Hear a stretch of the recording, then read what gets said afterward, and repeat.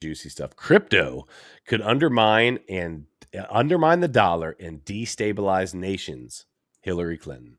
Presidential candidate Hillary Clinton, by the way, she lost, has said that cryptocurrencies are very interesting and exotic, but they have potential to undermine the US dollar. What looks like a very interesting and exotic effort has the potential for undermining currencies, for undermining the role of the dollars of reserve currencies, for destabilizing nations, Clinton said at Bloomberg's New Economy Forum. She added that if in the hands of the wrong people, cryptocurrencies could be direct threats to nation states. There's a whole new layer of activity to be extremely destabilizing in the wrong hands or in alliances with the wrong people, could be direct threats to many of our nation states and certainly to the global currency market, she added. With that, Clinton is broadly on the same page as President Biden. What a freaking surprise, whose actions have demonstrated he is serious about the national security risk presented by cryptocurrencies. Side note, before we jump into this, I'm so excited to talk about at the end of the show here about the coin that just got dropped. It's very, very, very much relates here with this craziness. The former presidential candidate also appears to share some common ground on this issue with President Donald Trump, who said Bitcoin seems like a scam and that it's another currency competing against the dollar. Okay, Miguel, I like that sentence.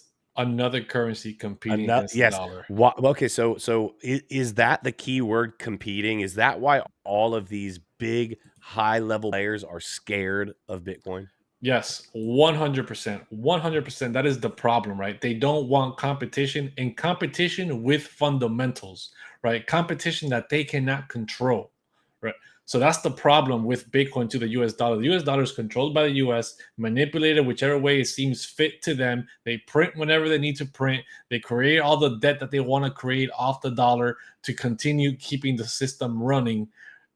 They can't do that with Bitcoin, right? Yeah. That's why they had to get off the gold standard. They could not do that with the gold standard attached because there was only so much gold they could buy to keep up their reserves to match up the peg to the dollar. And they said, wait a minute, we can't do this anymore. We can't hold this much gold.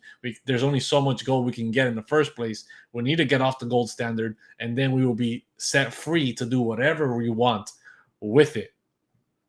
And that's what happened. And this is why Bitcoin is a threat.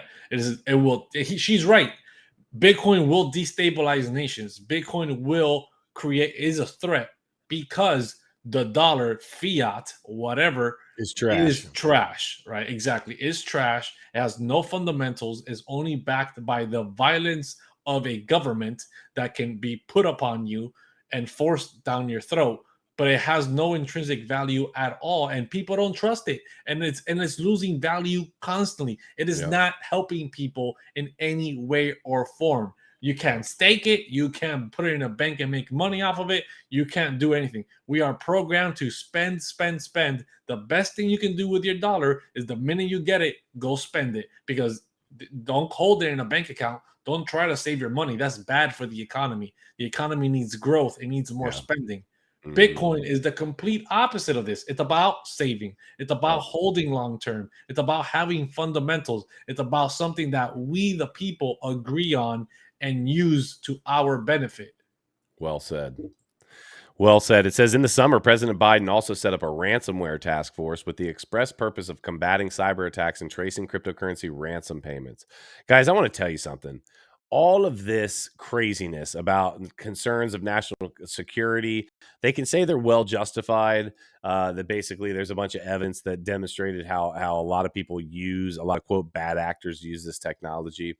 But the fact is this is just like everything else that you see. And, maybe you agree with this, maybe you don't, but I don't really care. The end of the day, this is another, hey, check out what's going on over here while I do some shady stuff over here. It says, here's what we got for you. And they show you their right hand. And then back here, they've got their left hand doing something behind their back.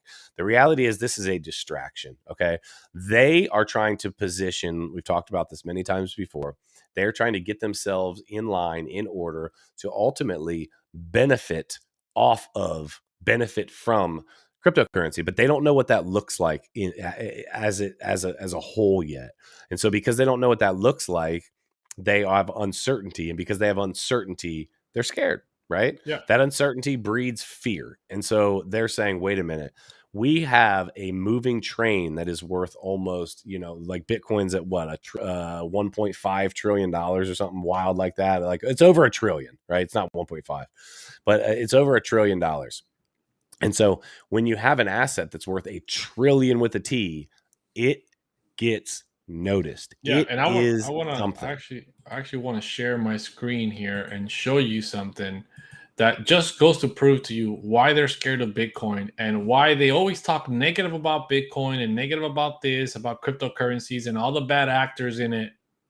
Yeah, let's see what the good old traditional system is doing. I hope you can see my screen. Can you see my screen right now? Yep, yep, yep. Breaking news: JP Morgan to pay 60 million to settle precious metals spoofing lawsuit. So, what's happening over here? Let's read over here in the right-hand corner. It's estimated JP Morgan made over 20 to 30 billion with a B from their long-term market manipulation scheme. What were they manipulating?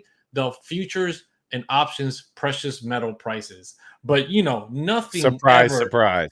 Yeah, right. Of an established bank institution manipulating markets to benefit off other people's backs to Yeah. make more dirty money. But don't worry, there's no bad actors. They're just gonna get slapped with a little fine here and there, and then it's gonna go back to good old business like another Monday.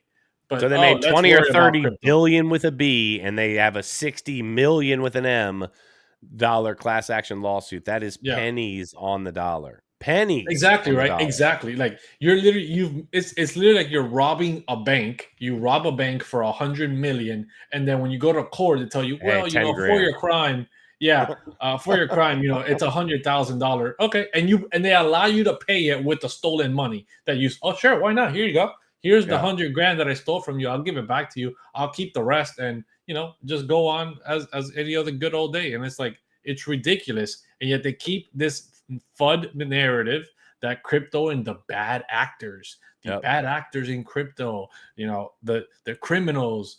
Why don't we talk about the criminals that are happening in the traditional system every day? And they're Yep. not random people, right? They are institutions that are legally they're allowed to do these things, Yeah. and they don't do anything